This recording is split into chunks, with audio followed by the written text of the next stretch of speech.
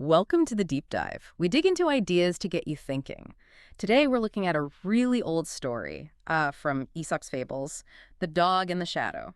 Ah, yes, such a simple story, but wow, it packs a punch. So you got this dog, right? He's got a nice piece of meat. The best part of his day, probably. Totally. He's crossing a stream, looks down, sees his reflection, but, he thinks it's another dog. And crucially, that dog seems to have an even better piece of meat. Oh dear.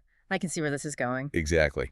Grease kicks in. He snaps at the reflection in the shadow, drops his actual meat, falls into the water, gone, loses everything. Oof. The classic moral. Beware lest you lose the substance by grasping at the shadow.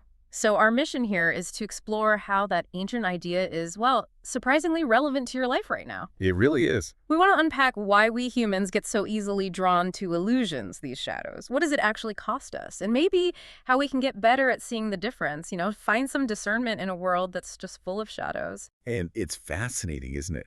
How deep this goes. I mean, wanting things isn't automatically bad. It drives us, pushes innovation sometimes. Sure, ambition goals. Right. But when it becomes this, insatiable hunger, where more is always better, no matter what, that's the danger zone. It's something philosophers, spiritual traditions, they've all warned about. Buddhism talks about attachment, Stoics about contentment. And Aesop just nails it with this dog. Reaching for what looks better and losing what you actually have. Precisely. Yeah. And today's shadows, they're way more sophisticated than just a reflection in water, aren't they? Oh, absolutely. They're all over our screens, baked into algorithms, amplified by what society tells us we should want. Like consumerism. That's a big one. Yeah, think about phones. How often do we ditch a perfectly working phone? Not because it's broken, but because, the marketing promises this illusion of being cooler, more connected with the new one. It taps right into that desire for status, for novelty. It's a powerful shadow. And it costs us real money, obviously. Economists call it opportunity cost, right? What else could you have done with that money? Something that might actually bring real satisfaction. That's a great point. Or social media.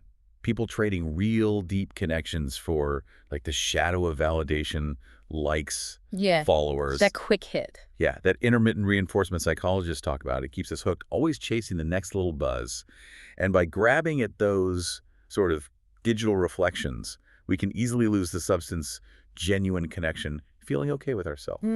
It's clear how it hits us personally. Phones, self-worth. But what about when, whole societies start chasing shadows? Then the stakes get much, much higher. Think about environmental issues. This relentless pursuit of endless economic growth. It's like a collective shadow we're all chasing. And the substance we risk losing. Is huge. Our natural resources, forests, clean oceans, a stable climate, the very things that, sustain life. We risk losing the actual foundation we all stand on. Wow. That really puts it in perspective. And it impacts our collective mental well-being too, doesn't it? Chasing these superficial markers of success, external validation. People often sacrifice inner peace. The meat dropped in the river again? Kind of, yeah. You see rising anxiety, loneliness.